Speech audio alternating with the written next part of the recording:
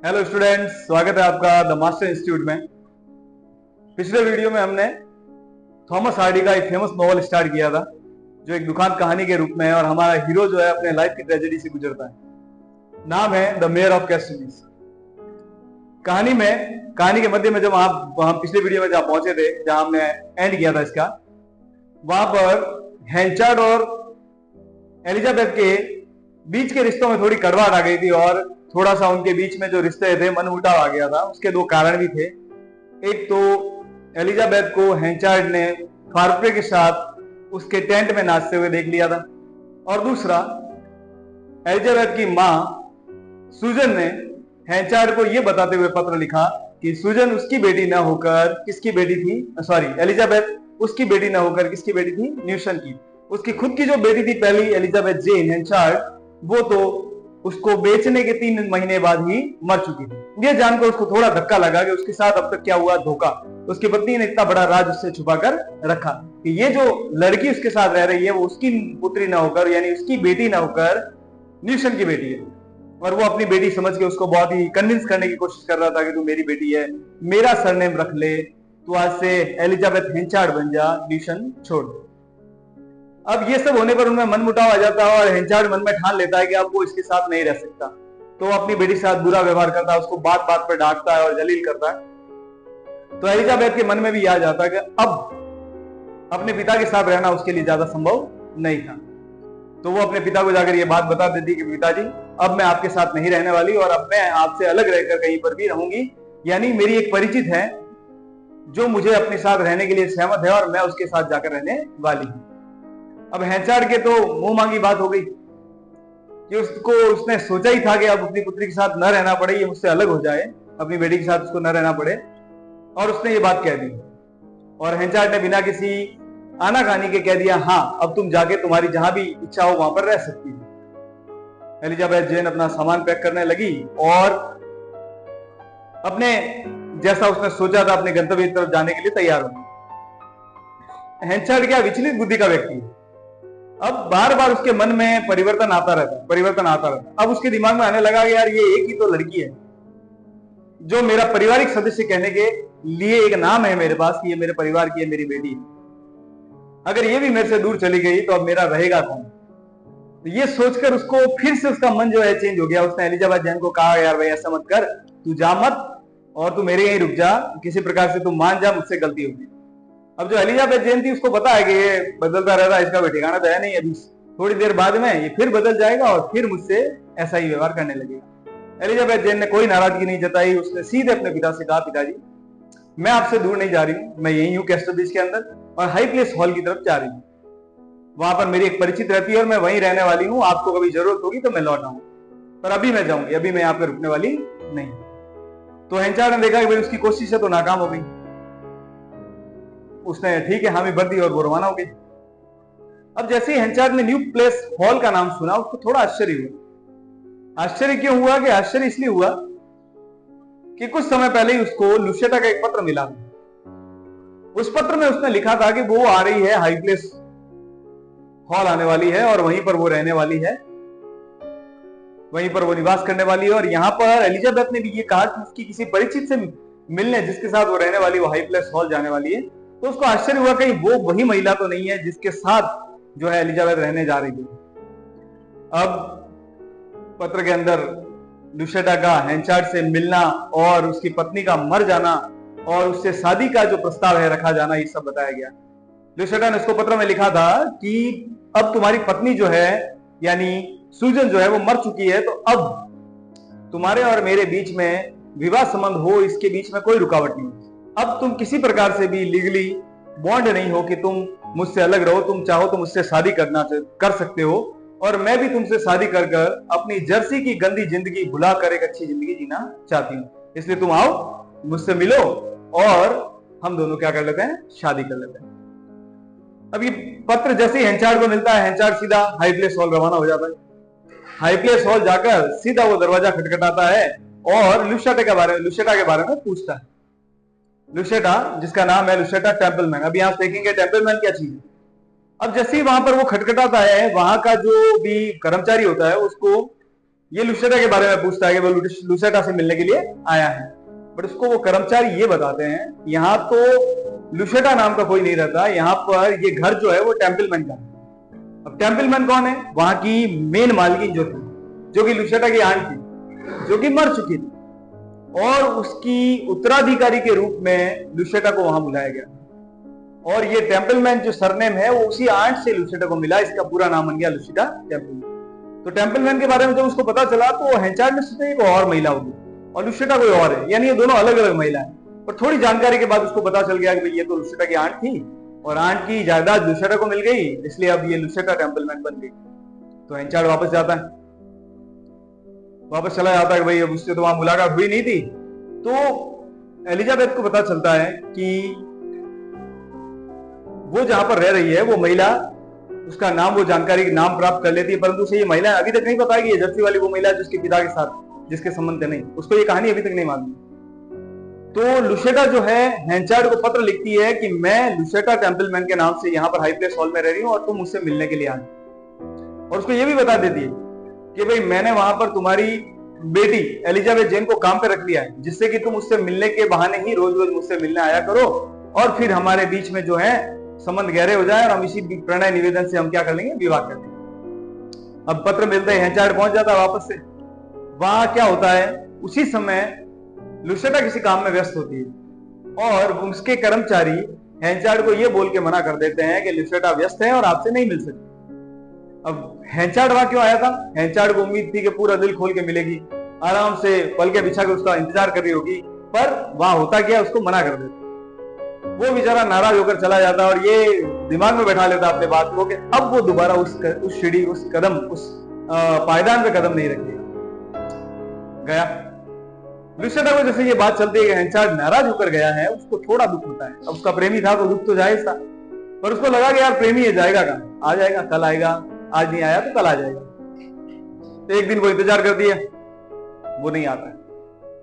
2 दिन इंतजार करती है, वो नहीं आता है। वो अपनी खिड़की से हेंचार्ड को अपनी दुकान पर काम करते हुए देखती है और हेंचार्ड उसकी खिड़की की तरफ देखता भी नहीं। अब उसको पता चल जाता है कि हेंचार्ड वास्तव में गुस्सा है और वो नहीं आने वाला। तो एलिजाबेथ दूसरे दिन उसको आकर बताती है कि हेंचार्ड उससे मिलने नहीं आएगा। तो लुशेटा को लगती है तुम्हें ऐसा क्यों लगता है कि वो मुझसे मिलने नहीं आएगा? तो एलिजाबेथ उसको रियलिटी बता देती है, उसको बताती है कि भाई मेरे और मेरे पिता के व्यवहारिक संबंध जो है वो खराब है, यानी मेरा पिता मुझे पसंद नहीं करता और मैं यहां हूं इसलिए वो नहीं आएगा। अब लुशेटा को धक्का लगता है। लुशेटा ने एलिजाबेथ को क्यों रखा था? ताकि वो हेंचार्ड से मिलने का जरिया बन सके, और उसको लगता है ये तो क्या बन गई है, रुकावट बन गई है। अब ये रुकावट बन गई है तो अब वो दिमाग में बैठा देगा नहीं भाई इसको तो मेरे को निकालना ही पड़ेगा, इसको तो मुझे यहां से निकालना ही पड़ेगा। अब एक दिन क्या होता है, अब उससे हेंचार्ड से मुलाकात करनी होती है तो वो सोचती है कि भाई देखो ऐसा है कि मिलना तो पड़ेगा ही।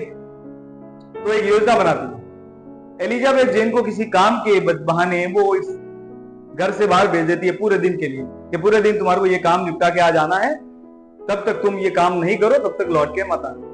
एलिजाबेथ जेन जो है वो मार्केट चली जाती है।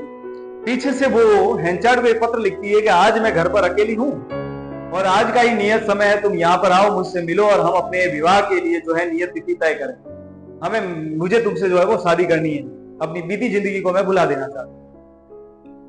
अब एलिजाबेथ जेन जो है बाहर चली गई है। हेंचार्ड यहाँ पर पत्र पढ़कर वहां जाने के लिए तैयार हो, और वहीं दूसरी तरफ फारप्रे, जिसको हेंचार्ड पहले पत्र लिख चुका है कि मैं और एलिजाबेथ अब अलग हो गए और तुम चाहो तो अब एलिजाबेथ से प्रेरणा निवेदन करके उससे शादी करके उसके साथ अपना जीवन बिताओ, मुझे कोई ऐतराज नहीं है। अब फारप्रे को लगता है कि उसका और उसकी प्रेमिका एलिजाबेथ का रास्ता जो है वो साफ हो गया है, तो वो भी निर्णय कर लेता है। उसे भी पता चल जाता कहीं से कि भाई एलिजाबेथ जो है वो न्यू प्लेस हॉल चली गई। तो फारप्रे के दिमाग में आता है चलो वहीं चलते हैं, वहीं जाके उसको प्रस्ताव रखेंगे शादी का और आगे की जो भविष्य है वो वहीं तय करेंगे। इधर हेंचार्ड भी तैयार हो गया जाने के लिए, इधर फारप्रे तैयार हो गया जाने के लिए, उधर लुशेटा जो है वो हेंचार्ड का इंतजार कर रही है अपने घर पर बढ़िया तैयार होके अपने कमरे में बैठी है और अपने नौकरों को उसने अवगत करा दिया कि मुझे आज किसी से नहीं मिलना है, मेरा एक नियत अतिथि है वो आने वाला है और आप बिना किसी रुकावट के उसको सीधा मेरे कमरे में भेज देना, बिना किसी परिचय या रुकावट के उसको सीधा मेरे कमरे में भेज देना, कुछ पूछने की आवश्यकता नहीं। वो अपने कमरे में व्यवस्थित बैठी है, इंतजार कर रही है अपने आने वाले मेहमान का। उधर तभी कमरे के जस्ट बाहर सीढ़ियों पर किसी के कदमों की आवाज आती है और लुशेटा को लगता है कि हैंचार्ड आ गया। वो एकदम व्यवस्थित तैयार होकर ऐसे बैठ जाती है जैसे उसी का वेट कर रही है। तभी पता चलता है कि अंदर आने वाला जो आदमी है, जो व्यक्ति है, वो हैंचार्ड नहीं है। तो थोड़ा सा घबरा जाती है, यार एक अनजान आदमी सीधा उसके कमरे में घुसा है। बट उसको याद आता है कि भाई नौकरों को उसने यही कहा था, नौकर थोड़ी जानता है कि किसको बुलाया है। उसने कहा जो परिचित है मेरा वो आएगा और वो सीधा मेरे कमरे में आने के लिए सक्षम है। अब वो कैसे कहे उसको मना, वो तो कमरे में खुद बैठी है, कमरे में निकलने का कोई रास्ता नहीं कि वो बाकी छिप भी जाए। तो वो आने वाले का स्वागत कर दिया कि चलो आओ और बैठ जाओ। आने वाला व्यक्ति कौन है? फारप्रे, जो किसके लिए आया है? एलिजाबेथ के लिए आया है, उससे शादी का प्रस्ताव है। अब ये बात फारप्रे लुशेटा को बता देता है कि भाई देख, मैं एलिजाबेथ जैन से मिलने आया हूं और मैं उससे शादी करना चाहता हूं, यानी मैं उससे प्रेम कर रहा हूं, मैं उससे मिलने आया हूं। अब लुशेटा जो है कह सकती थी कि भाई वो तो नहीं आएगी पूरे दिन और तुम जाओ, परंतु वो लड़का उसको बड़ा सुंदर लगा। फारप्रे है, बड़ा सुंदर लड़का है, बड़ा युवा है, यंग है, और उसकी चेहरा देखकर, उसकी शक्ल देखकर लुशेटा थोड़ी सी मोहित हो जाती है और सोचती है कि इससे थोड़ी सी और मीठी बातें कर ली जाए तो क्या फर्क पड़े। वो उसको रोक लेती है। वो उसको रोक कर उससे ऐसी ही मीठी बातें करने लगती है और बातों बातों में लुशेटा उसकी तरफ आकर्षित हो जाती है। यानी कह ले तो अपन सीधा कह सकते हैं कि उसको उससे प्रेम हो जाता है। लुशेटा को फारप्रे से प्रेम हो जाता है और लुशेटा खुद भी बहुत ही सुसंस्कृत नहीं है। बोलचाल उसका व्यवहार, उसका स्टैंडर्ड एक बड़े परिवार जैसा है। तो उसके बातों से, उसके व्यवहार से फारप्रे भी अपनी प्रेमिका को भूलकर उसकी तरफ आकर्षित हो जाता है। यानी जब उनकी बातें खत्म होती है, जब दोनों एक दूसरे के घर से अलग होते हैं, अपने अपने घर जाते हैं, तो उन दोनों के दिलों में एक दूसरे के लिए घर बन जाता है। यानी उन दोनों को एक दूसरे से प्रेम हो जाता है। लुशेटा हैंचार्ड को भूल चुकी है, पता नहीं कौन था। फारप्रे एलिजाबेथ को भूल चुका है, पता नहीं कौन था। और अब उन दोनों का अलग से प्रेम जो है वो चालू हो गया। ये सारी बातें होती है, वो चले जाते हैं। एलिजाबेथ जेन को भी इसके बारे में पता नहीं है क्योंकि वो वहां पर नहीं है। अब हैंचार्ड वहां पर पहुंचता है। उसकी मुलाकात फारप्रे से हो चुकी है लुशेटा की। लुशेटा के मन में फारप्रे के लिए प्रेम आ चुका है, इसलिए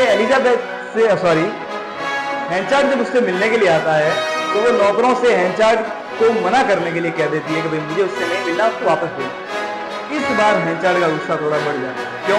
क्योंकि इस बार दोबारा पत्र लेकर उसको बुलाया गया था और इस बार भी उसे जलील कर दे दिया गया कि उसे उससे नहीं।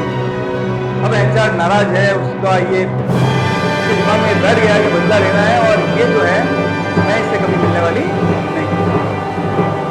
अब लुशेटा जो कि फारप्रे से प्रेम करती है, उसको लगा कि हैंचार्ड अपनी बेटी से यार व्यवहार अच्छा नहीं है, तो ऐसा करते हैं एलिजाबेथ जेन को अपने ही रख लेते हैं, ताकि हैंचार्ड जब तक ये यहाँ रहेगी तब तक इससे मिलने नहीं आएगा, और ये अगर मुझसे मिलने नहीं आएगा तो मेरा और फारप्रे का जो रिश्ता है वो थोड़ा आगे बढ़ जाएगा।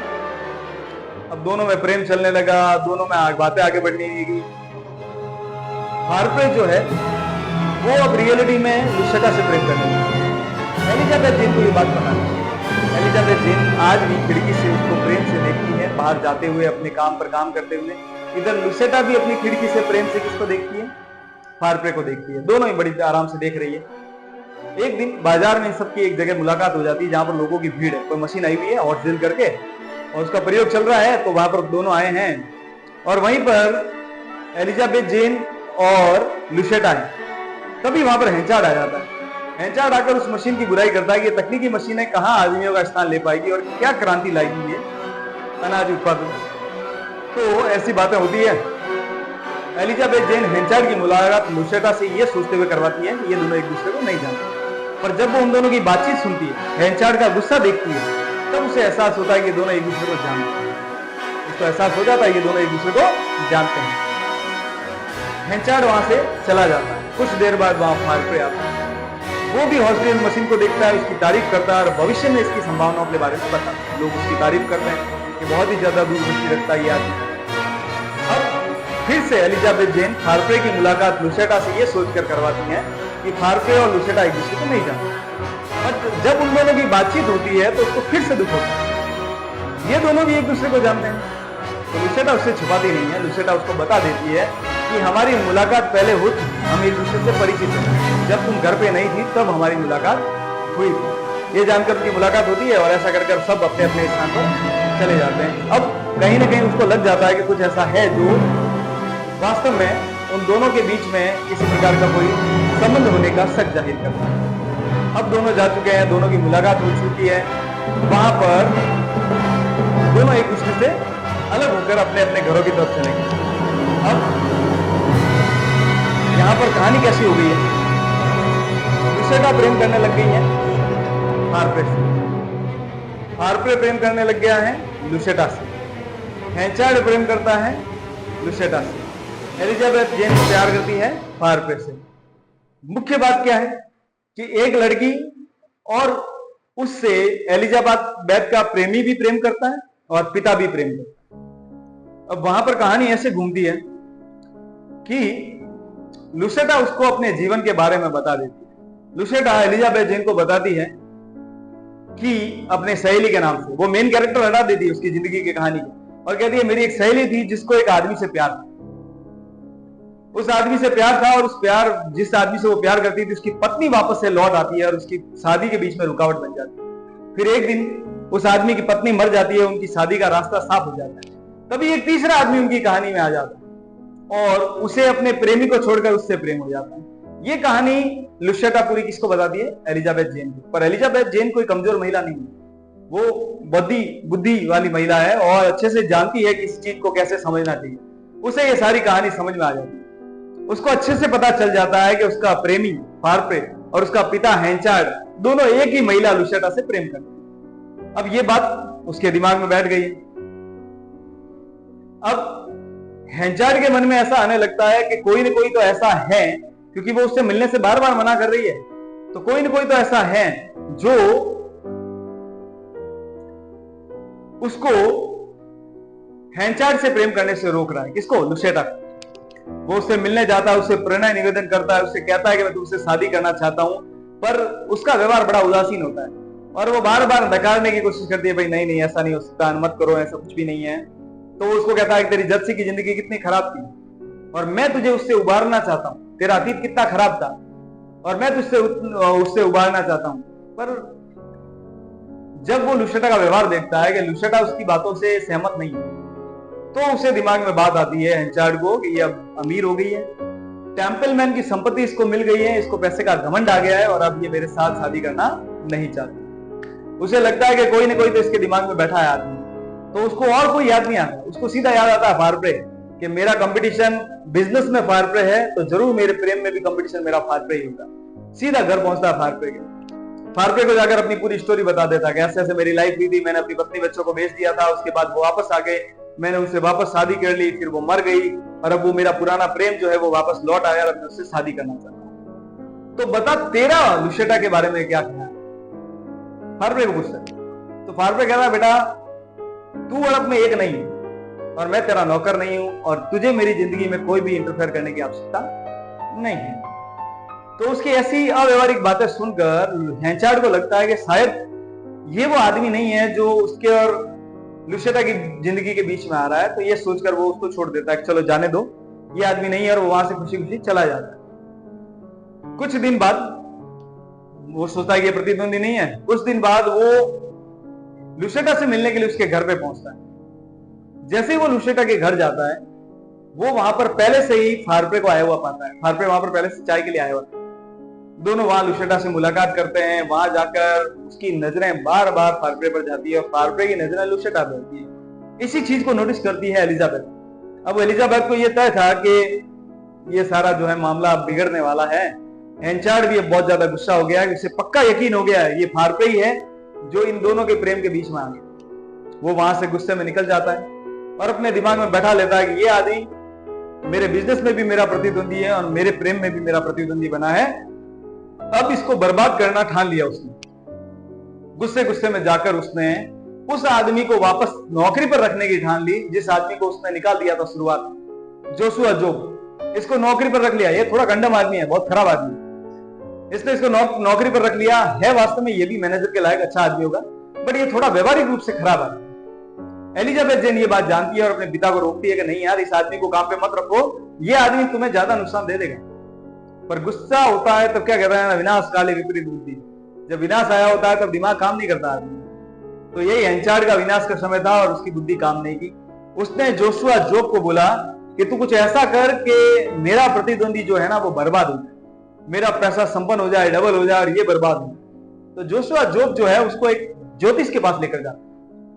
हेनचार्ड खुद अंधविश्वासी होता है। वो भी भविष्य क्या होता है कि भाई अनाज की जो खेती है अपन भी जानते हैं ज्यादातर मौसम के ऊपर डिपेंड करती है। पुराने समय में मौसम पर था, तकनीकी चीजें कम हुआ करती थी तो बारिश के ऊपर डिपेंड करते थे, और बारिश जो होती थी भविष्यवक्ताओं के ऊपर निर्भर करती थी। कई बार भविष्यवाणियां होती थी, सफल भी होती थी, नहीं होती। तो ये आदमी जो था ना जोशुआ जोब, और ये जो आदमी था हमारा हेनचार्ड, ये दोनों भविष्यवाणियों पर बहुत ज्यादा विश्वास करते थे। तो सीधे एक भविष्यवक्ता के पास गए और उसको जाकर पूछा कि भाई मौसम कैसा रहने वाला है। तो उसने कहा अगस्त का जो एंड होने वाला है बहुत ही भयानक होने वाला है, बहुत बारिश होगी, सब कुछ तबाह हो जाएगा, अनाज के लाले बढ़ जाएंगे, लोगों के पास खाने के लिए भी कुछ नहीं होगा। जब ये बात हेनचार्ड सुनता है तो सीधे सीधे विश्वास कर लेता है कि भाई ऐसा ही होने वाला है और सब कुछ क्या हो जाएगा, बर्बाद हो जाएगा। अब ये जब होने लगा तो हेनचार्ड ने सोचा क्यों ना सब कुछ खरीद लिया जाए। उसने बाजार का जितना भी अनाज था सब खरीद लिया, बाजार में अनाज बचाएंगे। उसने सोचा जैसे ही सबकी फसलें बर्बाद होगी, लोगों को अनाज की आवश्यकता होगी, सब मेरे पास आएंगे और मेरे से माल खरीदेंगे और मैं उनको महंगा बेच दूंगा। यानी उसने क्या किया, जमाखोरी का मामला सेट कर लिया। अब उसकी किस्मत उसका कभी साथ नहीं देती। इस पूरी कहानी में उसकी किस्मत ने उसका कहीं साथ नहीं दिया। तो यहां कैसे दे देगी। मौसम भविष्यवाणी के बावजूद बहुत अच्छा रहा, इतना अच्छा रहा कि सभी फसलें अच्छी हो। अब हेनचार्ड की हालत इतनी खराब हो गई कि उसे लगने लगा कि उसकी फसलें, उसका जो अनाज भरा हुआ है गोदामों में, सड़ जाएगी। तो उसने कम दामों में, जितने उसने खरीदा भी नहीं था उससे भी कम दामों में उस अनाज को उसने बेच लिया। इसी का फायदा उठाया फारक्रे ने और वो सारा अनाज खरीद लिया। और जैसा कि भाग्य उसका साथ नहीं देता, बारिश रुक गई और मौसम फिर से अच्छा हो गया, सारी फसलें फिर से नॉर्मल हो गई और सबका अनाज अच्छा हो गया। अगर हेनचार्ड थोड़े दिन रुक जाता तो शायद अब जो होने वाला है उसको फेस करने के लिए वो यानी अब फायदा उठा सकता था। मौसम फिर से पलटी मारता है, जो अच्छा मौसम हुआ है वो खराब हो जाता है, सबकी फसलें बर्बाद कर देता है। जो फसलें खेतों में खड़ी होती सब बर्बाद हो जाती है। जो कि हेनचार्ड अपना माल बेच चुका है सस्ते दामों में और फारक्रे उसको खरीद चुका है, तो अब पूरे बाजार में सिर्फ फारक्रे एक ऐसा आदमी है जिसके पास अनाज है। अब वो अनाज बेचने के लिए मार्केट में गया और अपना अनाज ऊंचे दामों पर बेचता धनवान हो गया। और इधर हेनचार्ड इतना गरीब हो जाता है कि उसे कर्ज लेना पड़ता है, उसको अपने संपत्ति का एक हिस्सा जो है वो गिरवी रखना पड़ता है अपना उधार चुकाने के लिए, और वो बर्बाद हो जाता है। गुस्से गुस्से में वो इसका दोषी ठहराता है जोशुआ जोब को, इसको नौकरी से निकाल देता है। इसका मतलब है कि वो उसको अपना दुश्मन बना लेता है। क्या कर लेता है, दुश्मन बना लेता है। यहाँ फारक्रे संपन्न हो चुका है, अब और ज्यादा ईर्ष्या होने लगी उसको। अब इधर वो लुशेटा से मिलने के लिए जाता है तो लुशेटा हेनचार्ड से मिलने से इनकार कर देती है, भाई मैं तुझसे नहीं मिलूंगी। तो हेनचार्ड उसको धमकी देकर आता कि भाई अगर तू मुझसे नहीं मिली और तूने मुझसे शादी से इनकार कर दिया तो मैं तेरे लेटर एक्सपोज कर, तेरे लव लेटर जो हैं वो सार्वजनिक कर दूंगा और तेरी इज्जत जो है वो बर्बाद है। ये धमकी देकर वो जाता है। वो बेचारी धमकी सुनकर डर जाती है, बेहोश हो जाती है। एलिजाबेथ भाग कर जाती है, उसको संभालती है और अपने पिता को इसके लिए लताड़ती है कि आपने हेनचार्ड चला गया। इधर वो बेहोश है, इधर एलिजाबेथ उसको कहती है कि मैं अपने पिता से कहूंगी वो ऐसा ना। तो यहाँ पर लुशेटा उसको मना कर देती है कि ऐसा मत कर, वो ऐसा तेरे कहने से करने वाला नहीं है, शायद और मामला बिगड़ जाए। कुछ देर बाद खबर आती है कि जो वहां का जो जज होता है, कहाँ का, डॉक्टर चाटफिल्ड, कैस्टोविच का जो जज होता है, वो किसी कारण से बाहर गया होता है। और हेनचार्ड जो कि वहां का वरिष्ठ नागरिक था, यानी पहले वो मेयर रह चुका था, एक बड़े पदवी वाला व्यक्ति था, तो उसको कहा जाता है कि तुम्हें मुकदमा देखना। मुकदमा कोई आया होता है कोर्ट के अंदर, डॉक्टर चाटफिल्ड वहां पर होते नहीं है तो मुकदमा किसी और को लड़ना होता है।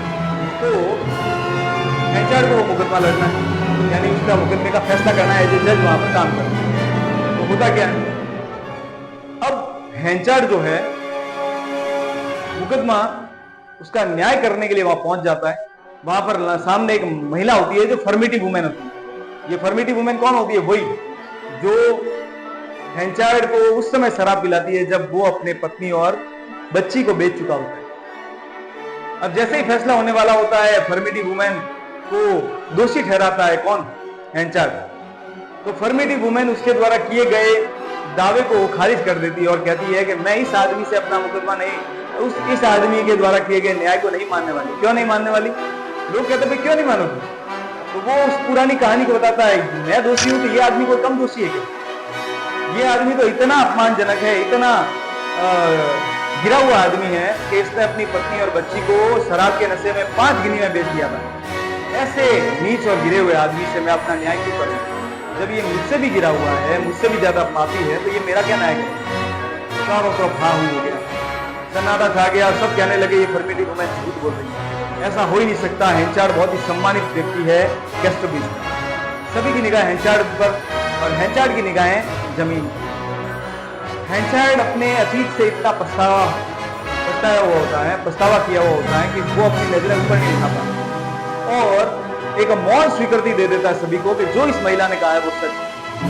जैसे ही ये बात कैस्टरबीज में फैलती है, सनसनी छा जाती है और हेंचार्ड की प्रतिष्ठा तो है। इधर ये बात किसको पता चल जाती है? लुशेटा को। लुशेटा को भी बहुत दुख होता है कि वो एक ऐसे आदमी से शादी करने वाली थी जो आदमी अपनी पत्नी और बच्चों को शराब के नशे में बेच दिया और वो भी 5 गिनी में बेच दिया। एलिजाबेथ को भी बहुत दुख होता है उसके पिता की प्रतिष्ठा की होती। अब हेंचार्ड जो है एलिजाबेथ के पास जाता है और एलिजाबेथ जेन से कहता है, एलिजाबेथ जेन नहीं, लुशेटा के पास जाता है और लुशेटा से कहता है कि मुझे तुमसे कोई मलाल नहीं है और मैं तुमसे कोई बदला भी लेना नहीं चाहता। वो खुद अपमानित है, पछता रहा है। उसने कहा तुम सिर्फ मिस्टर ग्रोवर के पास, ग्रोवर एक व्यापारी है जिससे उसने उधार लिया, कि जाकर इससे कह दो कि भाई धन लाभ। उसको कहती है, लुशेटा कहती है कि भाई तू थोड़े पैसे ले ले और यहाँ से चला जा, अपना उधार चुका और चला जा और जो है मुझसे दूर रहे, मैं तुझसे शादी नहीं कर सकता। हेंचार्ड कुछ नहीं कहता। हेंचार्ड कहता मुझे तेरे पैसे नहीं चाहिए, मैं किसी से पैसे की मदद लेना ही नहीं चाहता, मैं अपने दम पर कर सकता हूं जो करना। तो सिर्फ ग्रोवर से जाकर ये कह दे कि तू 15 दिन के अंदर अंदर मुझसे शादी करने वाली है। तो उसको लगेगा तू धनवान है, मुझसे 15 दिन में शादी करेगी तो बाद में मेरा उधार चुका दी, मैं उसका उधार चुका दूंगा। तो वो मुझे 15 दिन की मोहलत दे देगा और इस 15 दिन में मैं कुछ भी करके उसका उधार चुका दूंगा और ये बात मैं किसी को नहीं बताऊंगा और तू जो है उसके बाद आ जाना। तो अब यहां पर एक नया खुलासा होगा। लुशेटा उसको बताती है कि भाई ग्रोवर के पास जाना संभव नहीं है क्योंकि ग्रोवर वो आदमी है जो पहले से मेरी शादी का गवाह है। तो हेंचार्ड को एकदम से सदमा लगता है, तेरी पहले से कब शादी हो गई? तो उसने उसके अपने हाथ की रिंग बताती है और कहती है वो मेरे और फारप्रे की शादी का गवाह है, मैं और फारप्रे पहले ही शादी कर चुकी हूं। ये बात जैसे ही हेंचार्ड को पता चलती है, हेंचार्ड बहुत ज्यादा गुस्सा हो जाता है। वो बहुत गुस्सा होकर वहां से चला जाता है बदला लेना कि तू अब जो है मुझसे बचेगी नहीं, मैं तुझसे बदला लेकर रहूंगा, और वो वहां से चला जाता है। अब इधर एलिजाबेथ जेन को जब ये पता चलता है कि फारप्रे से उसने जो है वो शादी कर ली, इसने लुशेटा ने, तो उसने उसको कहा कि तुम्हें हेंचार्ड से शादी करनी चाहिए क्योंकि वो उसके हाथ में रिंग देख चुकी थी और उसे पता चल चुका था। तो उसने कहा क्या तुमने हेंचार्ड से शादी कर ली है? तो लुशेटा उसको बताती है कि मैंने हेंचार्ड से शादी नहीं की है। वो जब लुशेटा की अंगुली के अंदर अंगूठी देखती है तो उसे लगता है कि लुशेटा ने हेंचार्ड से शादी की है, पर जब उसे पता चलता है कि अंगूठी हेंचार्ड की दी हुई नहीं है, ये फारप्रे की दी हुई है, तो उसने कहा ये तुमने बहुत गलत किया। जो जिसके प्रेम पर तुम निर्भर थी, जो तुम्हें इस दलदल से निकालने वाला था, तुम्हें उससे शादी करनी चाहिए थी। तो उसने कहा मैं इससे क्यों करूं? इसने अपने पत्नी और बच्ची को बेच दिया। तो उसने कहा तो तुम्हें किसी से नहीं करनी चाहिए थी, तो तुम्हें फारप्रे से भी शादी करनी नहीं चाहिए थी, ये तुमने बहुत बुरा किया। और ऐसा कहकर वो भी उससे कहती है कि अब मैं तुम्हारे साथ नहीं रह सकती, अब मैं यहाँ तुम्हारे साथ एक पल भी नहीं रह सकती। और वो वहां से अपने गंतव्य के लिए चली जाती है और वो बिल्कुल हेंचार्ड के सामने ही एक किराए का घर लेती है और वहां अपना अगला जीवन बिताने के लिए तैयार होती है। वो ये सोचती है कि हेंचार्ड जो मुझे वार्षिक भत्ता देता है उससे मुझे 2 वक्त की रोटी तो मिल ही जाएगी और कुछ मछली के जाल वाल बनाकर मैं थोड़ा बहुत और एक्स्ट्रा कमा लूंगी जिससे मेरा जीवन ठीक ढंग से चल पाए। वृद्ध महिला कैस्टरबीज में हेंचार्ड की सामाजिक प्रतिष्ठा को पूरी तरह से धूमिल कर देती है। उसका एक बुरा अतीत बताकर हेंचार्ड पूरी तरह से बर्बाद हो चुका है, सामाजिक प्रतिष्ठा खत्म हो चुकी है, उसका जो सम्मान है वो खो चुका है। वो दिवालिया हो चुका। परंतु उसकी एक चीज ठीक हुई कि उसने अपना घर बार, उसका व्यापार सब बेचकर वो जो कर्ज लिया था उसने व्यापारियों से, वो सारा कर चुका था। इस बात के लिए हेंचार्ड की समाज में तारीफें हुई, प्रशंसा हुई, लोगों ने उसको प्रशंसा की। उसने अपना घर बेच दिया और वह रहने के लिए एक छोटे से घर के अंदर चला गया। अब यहां पर एलिजाबेथ को पता चलता है कि उसके पिता के साथ ये सब बीत रहा है। उसका पिता एक बुरी स्थिति में पहुंच चुका है, तो अपने पिता को सहारा देने के लिए उसके घर जाती है उससे मिलने के लिए, पर वहां उसकी मुलाकात नहीं हो पाती। कारण यह रहता है कि हेंचार्ड अपना सब कुछ बेचकर जा चुका है। एलिजाबेथ जेन उसको ढूंढने के लिए जाने का सोचती है और ये फार्पे के पास जाती है। हेंचार्ड जो है वो अपने जीवन से निराश हो चुका है। कुछ आत्महत्या का प्लान बनाता है, ऐसा करके वो वहीं कहीं जाता है और रास्ते में मुलाकात उसकी जोशुआ जोफ से हो जाती है। जोशुआ जोफ, जिसको कि हम जानते हैं, जो इसके यहाँ नौकरी मांगने आया था और उसको नौकरी नहीं दी गई थी। दूसरी बार उसको नौकरी दी गई थी और व्यापार के विनाश का कारण मानकर इसको निकाल दिया गया था। कुछ इसके मन में भी कुछ शैतानी विचार थे और ये चाहता था कि इसको बर्बाद किया जाए। इन दोनों की मुलाकात होती है। हेंचार्ड उसे अपने बारे में बताता है कि ये सब हुआ, तो जोशुआ जोफ उसको और ज्यादा प्रेरित करता है कि वो जाए और फार्पे से बदला ले, उससे लड़े, उसको लड़े और उसको युद्ध में हराए, उसको पीटे। यानी उसके मन में हेंचार्ड के प्रति नफरत भरने की कोशिश करता है। इधर फार्पे जो है वो हेंचार्ड के पास आता है। वो देखता है कि भाई उसके मन में थोड़ी दया आती है कि ये मेरा पुराना मालिक रहा हुआ है, इसने मेरी एक वक्त में मदद भी की हुई है। तो हेंचार्ड से आकर कहता है कि तुम मेरे साथ रहना चाहो तो तुम अपने पुराने घर में रह सकते हो। परंतु हेंचार्ड के मन में कहीं कहीं नफरत, वो उसकी मदद देने से मना कर देता है। वो उसकी मदद लेने से क्या करता है, मना कर देता है और उसको कह देता है कि भाई मैं तुम्हारे साथ जो है नहीं रह सकता। अब हेंचार्ड की स्थिति दिन ब दिन गिरती जाती है। वो बीमार हो जाता है, बहुत ज्यादा बीमार हो जाता है। एलिजाबेथ को यह पता चलता है। एलिजाबेथ उसके पास आती है, उसकी पूरी सेवा शुश्रूषा करती है और एलिजाबेथ की सेवा से हेंचार्ड का स्वास्थ्य जो है पहले की तरफ ठीक हो जाता है। अब हेंचार्ड के मन में अपनी बेटी के प्रति कहीं न कहीं प्रेम जागता है, क्योंकि जिसको उसने अपने से अलग मान लिया था, उसी बेटी ने आज उसके शरीर को स्वस्थ रखने के लिए उसकी सेवा की और अब वो पूरी तरह से ठीक हो चुका है। अब जबकि वो ठीक हो चुका है तो फार्पे के यहां पर वो नौकरी करने लगता है। फार्पे नौकरी करने के लिए लगता है। वो अपने आप को मना लेता है कि मैं अब जीवन में मेरे पास कुछ व्यापार नहीं रहा है, कुछ सहारा नहीं रहा है। तो वो अपने आप को तैयार कर लेता है कि वो फार्पे के यहाँ नौकरी करेगा। उसकी बेटी भी फार्पे के यहाँ पर नौकरी करती है और वो भी फार्पे के यहाँ पर नौकरी करता है। कुछ समय बाद ये खबर आती है कि फार्पे वापस से वहां पर मेयर चुना जाने वाला है। नया एक समय बीत गया है, मेयर चुना जाने वाला है।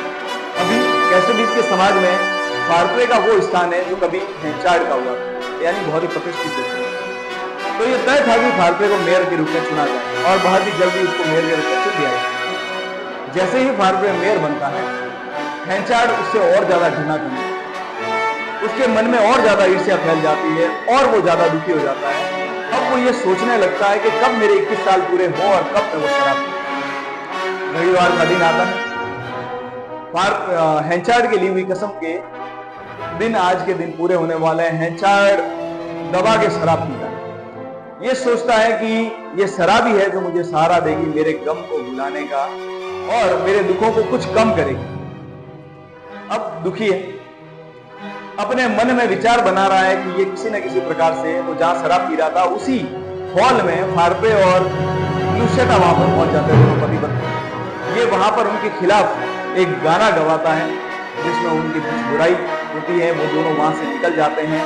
एलिजाबेथ को ये बात पता चलती है। एलिजाबेथ अपने पिता से कहती है कि उसने ऐसा क्यों किया। तो उसने कहा कि जब मैं फार्पे को देखता हूं तो अपने आप को रोक नहीं। तो एलिजाबेथ को लगता है कि आने वाले समय में ये फार्पे के लिए खतरा हो सकता है। वो फार्पे के पास जाती है और फार्पे को ये बता देती है कि हेंचार्ड तुम्हारे लिए खतरा हो सकता है, तुम सावधान रहो। अब जब एलिजाबेथ ये देखती है कि फार्पे उसकी बातों पर ध्यान नहीं दे रहा, वो दुखी हो जाती है। उसे लगता है कि मैंने अनावश्यक ये सलाह दी है, इस सलाह का कोई महत्व नहीं है, और फिर वो वहां से चली जाती है। अब हेंचार्ड में मन में कहीं न कहीं द्वेष है। उसने शराब पी रखी है। शराब के नशे में फार्पे के पास जाता है और उसको कहता है कि मुझे कुछ चाहिए, मेरे कुछ पत्र वहां पर हैं मेरे घर पर और वो मैं लेना चाहता हूं। वो पत्र क्या थे? वो लव लेटर थे जो लुशेटा ने उसको लिखे थे। उसके दिमाग में, शैतानी दिमाग में एक बात घूम रही थी कि वो पत्र लेकर मैं सार्वजनिक कर दूंगा और लुशेटा और हेंचार्ड का जीवन जो है बर्बाद कर दूंगा। इस मनसा से वो लेटर लेना चाहता है। फार्पे उसको कहता है कि अभी तक मैंने तुम्हारे सामानों को खोला भी नहीं है, वो जैसे हैं वैसे ही है, तुम आओ और ये सब लेकर चले। वो वहां पर पहुंचता है, उन पत्रों को निकालता है और फार्पे को वो पत्र पढ़कर सुना देता है किसी और नाम से। उसके कैरेक्टर की वो चर्चा नहीं करता और वो लव लेटर सारे वो सुना देता है, जो उसकी प्रेमिका के हैं, जो जर्सी के हैं।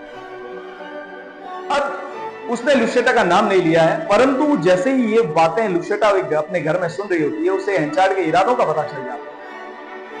वो हेंचार्ड को एक पत्र लिखती है और रिंग में मिलने को कहती है और हेंचार्ड के पैर पकड़ती है, उससे माफी मांगती है और कहती है जो हो गया सो हो गया। अब मैं तुमसे चाहती हूं कि तुम मेरा जीवन बर्बाद मत करो, मुझ पर दया करो, अपने पुराने प्रेम का उसको वास्ता देती। इतना सब देखने के बाद हेंचार्ड का थोड़ा सा मन पिघल जाता है। हेंचार्ड कहीं ना कहीं अच्छा आदमी है और वो ये बात मान लेता है कि चलो मैं तुम्हारा जीवन बर्बाद नहीं करूंगा। वो पिघल जाता है और कहता है कल मैं तुम्हें तुम्हारे लेटर लौटा दूंगा और तुम फिर चाहे जो करो उनके साथ। ऐसा कहकर वो अपने घर आया। अब वो घर आया, वहां पर जोशुआ जोब जो है उसका साथी, जो उसको लगातार फार्पे के खिलाफ प्रेरित कर रहा है। शराब के नशे में वो जोशुआ जोब को वो पत्र देता है और कहता है कि कल ये पत्र तुम लुशेटा को ले जाकर दे देना और इन पत्रों को बिल्कुल भी खोलकर नहीं देखा जाना। फार्पे जो लुशेटा का पति है, इस बात से अनजान है कि लुशेटा और हेंचार्ड का कभी कोई संबंध रहा है। वो पत्र जो है इस सब को उजागर करने में, जैसे ही ये पत्र जोशुआ जोब को मिलते हैं, उसे अपने पुराने इरादे याद आ जाते हैं कि मुझे इन लोगों से बदला लेना है। क्योंकि लुशेटा से भी उसने एक बार सिफारिश की थी कि वो फार्पे के यहाँ पर उसे नौकरी दे, पर लुशेटा उसको नकार कर चली जाती है और जोशुआ जोब को लगता है कि ये उसका अपमान है। आज उसको मौका मिल गया कि पत्रों में कुछ न कुछ है, लिफाफे में कुछ न कुछ है। अब थोड़ा आगे जाने के बाद वो एक शराब की दुकान पर होता है। वहां कुछ चरित्रहीन लोग आए हुए होते हैं, यानी कुछ ऐसे कैरेक्टर्स वहां पर होते हैं जो समाज में बुरे कहे जा सकते और जिनका काम ही है लोगों की बदनामी करना। वहां पर जाकर वो शराब के नशे में वो पत्र सार्वजनिक कर देता है। कहीं से कोई लिफाफा खुला होता है, वो पत्र देख लेता है और पत्र उन बुरे चरित्रहीन लोगों को पढ़ा देता है। अब समाज में लुशेटा और फार्पे का एक बहुत बड़ा स्थान होता है और समाज में ये जो बैड एलिमेंट्स होते हैं, ये हमेशा उन अच्छे चरित्रों को बुरा बताने के लिए, बुरा करने के लिए हमेशा तैयार होते हैं। वो लोग ठान लेते हैं कि जो शाही आगमन होने वाला है, शाही आगमन होने वाला है, उसमें शाही उत्सव मनाया जाने वाला है, उसमें ये जो है एक रैली निकालेंगे, एक जुलूस निकालेंगे और लुशेटा और फार्पे को पूरी तरह से बदनाम करेंगे, हेंचार्ड को पूरी तरह से बदनाम करेंगे। अब वो पत्रों को इकट्ठा करके जोशुआ जोब जो है वो लुशेटा का पास जाता है और उसे पत्र दे देता है। पत्र मिलकर उसको बहुत खुशी होती है। उन पत्रों को लुशेटा जला देती है और उन्हें राहत महसूस होती है कि अब मेरे जीवन में मेरे अतीत के बारे में कोई भी जानकारी किसी के पास नहीं है, अब मेरे भविष्य को कोई खतरा नहीं। ये जानकर उसे अच्छा लगता है। शाही सवारी का दिन होता है।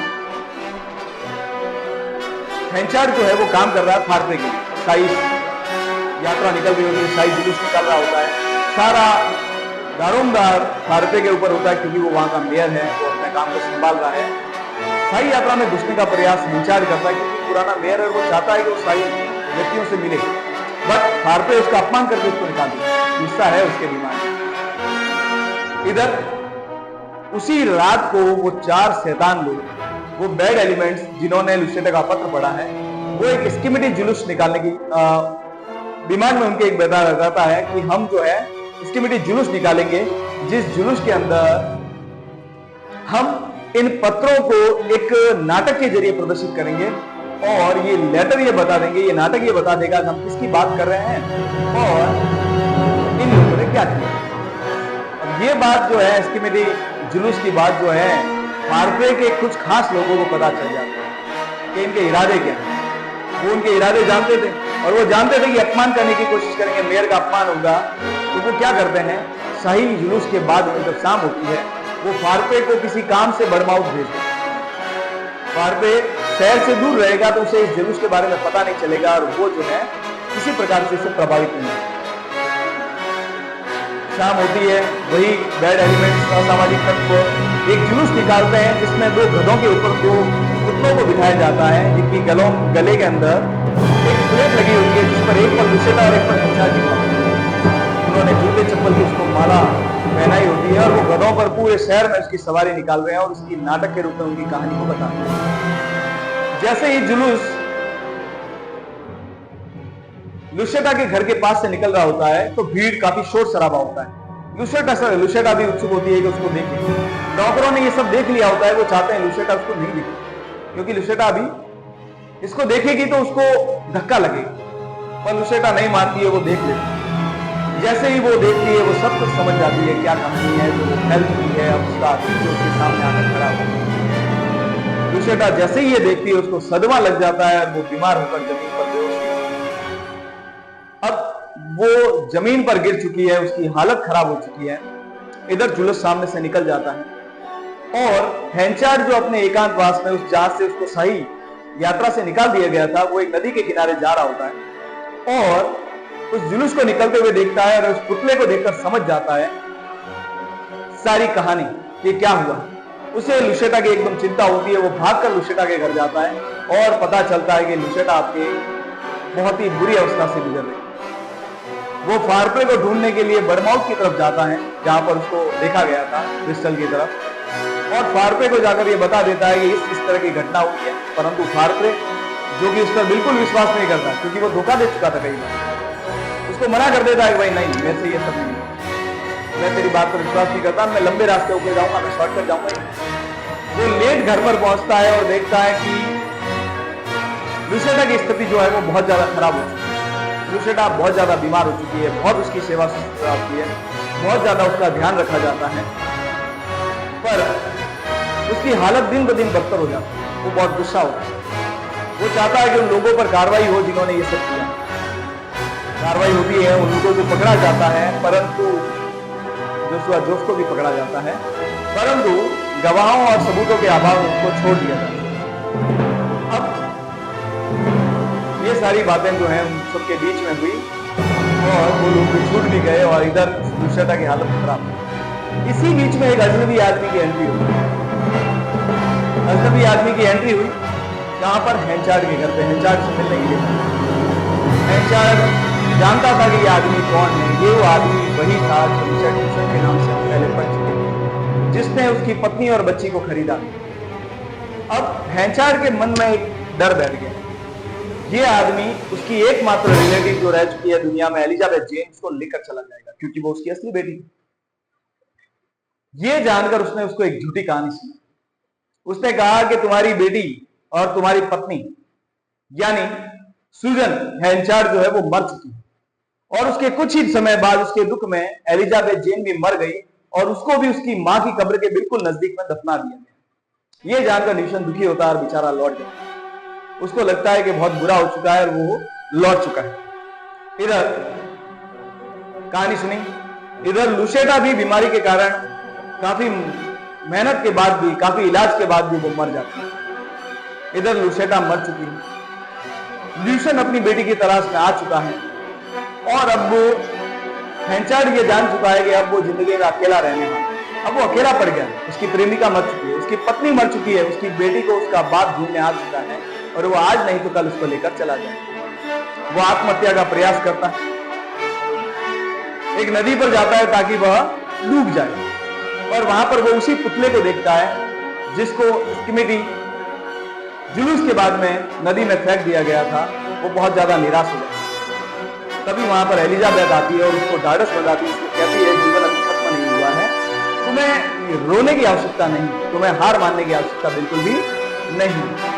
ऐसा कहकर अब वो अपने घर लौट आता है, थोड़ा सा आशावादी बन जाता है। तभी कुछ देर बाद एलिजाबेथ जेन को एक गुमनाम पत्र मिलता है जिसमें लिखा हुआ होता है उसको रिंग पर मिलने के लिए बुलाया गया होता है, फारपे के घर पर मिलने के लिए बुलाया जाता है। तो उस पत्र में ये लिखा होता है। जैसे ही ये पत्र एलिजाबेथ जेन को मिलता है वो अपने पिता के पास आती है परमिशन मांगने कि एक पत्र मिला है जिसमें मुझे मिलने के लिए बुलाया गया। जैसे ही ये बात पता चलती है हेंचार्ड को, उसको इरादा पक्का हो जाता है कि ये आदमी और कोई नहीं कि कौन है नीशन। और वो पूरी तरह से टूट चुका है। वो उसको कह देता है तुम जाओ।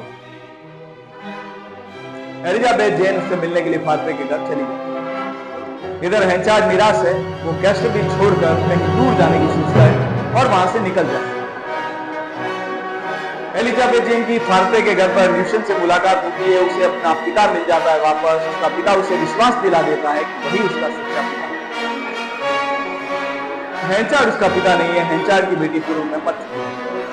अब इतना बड़ा धोखा देने के लिए एलिजाबेथ जेन के दिमाग में अपने पिता के लिए यानी हेंचार्ड के लिए फिर से वो गणना जो है वो घर कर देता है। हेंचार्ड उनसे दूर जा चुका है, अब सब कुछ इधर फादरे खुश है, उसे अपनी प्रेमिका मिल चुकी है। एलिजाबेथ खुश है, उसे अपना पिता मिल चुका है, उसे अपना पुराना प्रेम वापस मिल चुका है। सब लोग खुश गिरजाघर में जाकर सभी शादियों की तैयारियां करते हैं और आखिरकार उन सबका विवाह होने की एक नियत तिथि तय कर ली जाती है। हेंचार्ड उनके जीवन से कहीं दूर जा चुका है। एक जगह है जहां पर एक फार्म है, वहां पर वो अपना काम करता है और अपना जीवन बिताने के लिए थोड़ा बहुत अपने काम में लगा हुआ है। तभी हेंचार्ड को पता चलता है कि एलिजाबेथ जेन जो है वो फारप्रे से कुछ समय बाद जो एक तिथि है जिस दिन वो दोनों शादी करने वाले हैं अब वो चाहता है कि एलिजाबेथ जेन उसके मरने से पहले कम से कम उसे माफ करे। वो ये पश्चाताप का बोझ लेकर मरना नहीं चाहता। तो वो जहां पर वो काम कर रहा है वो काफी दूर जगह है। 3 दिन का सफर वो पैदल तय करता है क्योंकि वो गरीबी की अवस्था में। हर दिन वो 16 मील चलता है और 3 दिन में वो कहां पहुंच जाता है? कैस्टर बीच। ये वो दिन है जब एलिजाबेथ जेन और फारपे का विवाह होने वाला है। वो अपने साथ एक गोल्ड फिंच पिंजरे में डालकर लेकर आता है उपहार के रूप। वो जब अंदर जाकर देख रहा है तो बहुत अच्छा माहौल है। वो अंदर जाने की कोशिश करता है परंतु फिर उसे लगता है कि कहीं उसके कारण पूरे माहौल में खलल न पड़े। वो एक जगह छुप कर बैठ जाता है और इंतजार करता है कि उसे अकेले में एकांत में एलिजाबेथ जेन से मिलने का मौका मिले। कुछ देर बाद नौकरों द्वारा खबर पहुंचने पर एलिजाबेथ जेन उससे मिलने के लिए आती है और उसके द्वारा दिए गए धोखे के लिए उसे बहुत लेता है। यहाँ वो बहुत दुखी है। वो उसको कहता है मुझे पश्चाताप है, मैं सिर्फ शादी का आशीर्वाद देने आया हूँ और मैं ये चाहता हूँ कि तुम दोनों जिसका जीवन जो है मैंने एक बर्बाद किया, जिसकी वजह से तुम लोगों ने इतना दुख देखा है, पिता पुत्री को अलग किया है, मैं चाहता हूँ कि तुम मुझे माफ करो। एलिजाबेथ जेन जो है वो उसको बहुत ज्यादा डांट देती है और फटकार कर वहां से निकाल देती है। दुखी मन से वो लौट जाता है, वो पिंजरा वहीं छोड़कर चला जाता है और वो लौट जाता है। जब सब कुछ अंत हो चुका होता है, दोनों पति पत्नी यानी फारपे और एलिजाबेथ अपने उपहारों को खोलते हैं। तभी एक उपहार के कोने में उनको एक पिंजरा मिलता है जिसके अंदर एक गोल्ड फिंच नाम का पक्षी होता है जो मर चुका होता है। उपहारों को खोलने में काफी समय लग गया और वो भूख प्यास से तड़प कर मर गया। अब उस गोल्ड फिंच को देखकर उसे लगता है कि क्या ये कोई संकेत तो नहीं है। उसका पिता अपने पश्चाताप के रूप में इसको लेकर आया था और अब ये जो मर चुकी है तो क्या ये कोई बुरा संकेत हो सकता है। वो बहुत बेचैन हो जाती है। वो अपने पिता को ढूंढने के लिए उस मार्ग पर जाती है जहां उसको बताया जाता है कि हेंचार्ड जिधर से आया। दोनों के दोनों उस तरफ बढ़ जाते हैं और मार्ग में उनकी मुलाकात एबेल बिटल से होती है जो कि एक पुराना नौकर है जो काम में आलसी था। इससे मुलाकात होती है एबेल बिटल से और मुलाकात होती है तो उसे पता चलता है कि उसने एक शादी में कैस्टर बीच की एक लंबी यात्रा की, एक शादी को अटेंड करने के लिए कैस्टर बीच की एक लंबी यात्रा की थी और वो इसके कारण बहुत ज्यादा बीमार हो गया था और अब वो मरने की स्थिति में था और वो मर चुका। मैं उसे अपनी झोपड़ी में लेकर गया था और वहां पर उसकी अंतिम सांस तक मैंने उसकी थोड़ी सी सेवा की थी क्योंकि मैं ऐसा चाहता था परंतु वो नहीं चाहता। इसको जानकर एलिजाबेथ जेन और फारपे दोनों बहुत दुखी थे। एलिजाबेथ को पछतावा होता है कि उसने गलत किया अपने पिता के साथ। तो एबेल बिटल उसको कहता है कि उसने अपने मरते समय एक कांच के ऊपर कुछ लिखा था जो कि उसकी जेब में मिलता है। तो पता चलता है तो उसकी जेब में वो कांच का टुकड़ा मिलता है। जब उस कांच के टुकड़े पर देखा जाता है तो उस पर कुछ उसका वसीयतनामा लिखा है। उसमें बहुत ही ये पूरी कहानी एक तरफ और ये वसीयतनामा एक तरफ। उसने अपने वसीयतनामे में बहुत सारी चीजों को संजो कर लिखा था जो अपने जीवन के अंत में वो चाहता था, जिसमें पहली उसकी जो इच्छा थी, उसने उसको इच्छाओं को एक पंक्तिबद्ध संजो कर रखा था। उसने कहा कि मुझे किसी पवित्र या प्रतिष्ठित स्थान पर नहीं दफनाया जाए, मुझे कोई बड़ा आदमी बनाकर किसी पवित्र स्थान पर दफनाया नहीं जाए, मेरे पीछे कोई विलाप न करे, किसी को मेरे मृत शरीर को देखने की इच्छा न हो, कोई मेरी कब्र पर जो है वो कोई फूल नहीं उगाए, यानी कोई मेरे पीछे रोने वाला नहीं। इतनी अपने आप के लिए उसने बहुत ही बुरी एक दर्दनाक मौत जो कह सकते हैं और दर्दनाक अंत जो कह सकते हैं वो उसने अपने लिए वसीयत में मांगा और उसने अंत में लिखा कि मैं इस पर अपना नाम लिखता हूं, ये वसीयत मैंने अपने लिए लिखी। ये देखकर फार्पे और एलिजाबेथ जेन बहुत दुखी होते हैं। एलिजाबेथ जेन जो अपने पिता को अच्छी तरह से जानती है कि इसका पिता जो कहता है उसका अर्थ भी वही होता है, तो बिल्कुल उसकी वसीयत के अनुसार उसकी कब्र को बनाया जाता है। कोई उस पर विलाप नहीं करता, कोई उस पर फूल नहीं उगाता, कोई उसको शरीर को देखने की इच्छा प्रकट नहीं करता, उसे ऐसे ही किसी अनजाने स्थान पर दफना दिया जाता है। अब फार्पे और एलिजाबेथ जेन अपना जीवन जो है खुशी खुशी बिताते हैं। वो एक बहुत ही सभ्य महिला है और अपने प्रेमी अपने पति के साथ अपना बचा हुआ जीवन बहुत ही अच्छे से गुजारती हैं। और इसी के साथ हमारे नायक की एक दर्दनाक अंत के साथ इस कहानी का अंत हो जाता है, परंतु इसका अंत उसके कलीग्स के लिए, उसके साथ जीवन जीने वालों के लिए एक सुखद अंत के रूप में होता है, यानी कहानी का अंत अच्छा ही होता है। फार्पे और एलिजाबेथ जेन दोनों ही प्रेम पूर्वक अपना बचा हुआ जीवन बिताते हैं और यहीं पर हमारी कहानी का जो है अंत होता है। आगे भी बने रहिए हमारे साथ कई रोचक कहानियों के लिए, हमारे YouTube चैनल से जुड़े रहिए और आप चाहें तो हमारी ऐप को भी प्ले स्टोर से डाउनलोड कर सकते हैं और आपसे रिलेटेबल कोर्सेज को वहां से बाय कर सकते हैं। आज के लिए राधे राधे।